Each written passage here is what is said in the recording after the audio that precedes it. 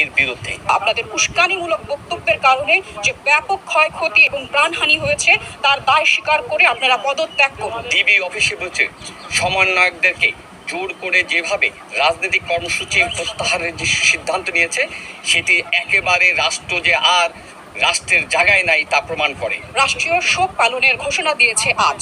আমরা তাদের এই ধরনের প্রহসনমূলক বক্তব্যের প্রহসনমূলক আচরণের প্রতিবাদে শোক নয়, আমরা আজ লাল কাপড় বেঁধে প্রতিবাদ করতে নেমেছি। আমরা জানাতে চাইছি আপনাদের নাটক এখন আর জনগণ মেনে নেবে না।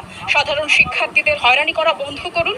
সাধারণ যারা শহীদ হয়েছেন তাদের পরিবারকে ক্ষতিপূরণ দিন। আপনারা ক্ষমা চান এবং দায় স্বীকার করুন।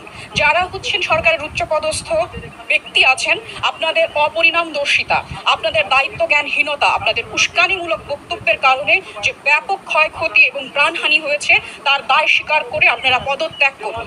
এই জিনিসটি এই বার্তাটি আমরা আজকে সরকারকে দিতে চেয়েছি এবং ছাত্রদের আন্দোলনের সঙ্গে আমরা পূর্ণ সংহতি প্রকাশ করছি এবং শহীদদের প্রতি আমরা শ্রদ্ধা জ্ঞাপন করছি।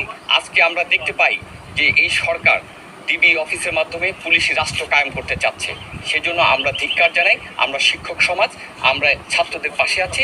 ছাত্রদের নিরাপত্তা এবং ছাত্রদের দাবির প্রতি আমরা সবসময় সহানুভূতিশীল। আমরা মনে করি আমাদের চোখ খুলে দিয়েছে যে মেরুদণ্ডহীনতায় শিক্ষক সমাজ এবং তথা জাতি ভুগছিল। ছাত্ররা, এই প্রজন্মের ছাত্ররা আমাদেরকে দেখিয়ে দিয়েছে কিভাবে রুখে দাঁড়াতে হয় অন্যায়, অবিচার, অসমতা এর বিরুদ্ধে। সঙ্গত কারণে আমরা শিক্ষক সমাজ আগামীতে যে কোনো কর্মসূচি ছাত্রদের পাশাপাশি শিক্ষকদেরও কর্মসূচির মধ্য দিয়ে আমরা ততক্ষণ পর্যন্ত মাঠে থাকবো যতক্ষণ পর্যন্ত রাষ্ট্র একটি সেন্সিবল জায়গায়, একটি সঠিক জায়গায় আসবে না।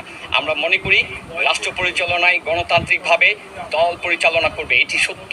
কিন্তু যেই দলের সরকারি থাকুক না কেন তাকে রাষ্ট্র বিনির্মাণে ইনস্টিটিউটগুলোকে শক্তিশালী করতে হবে।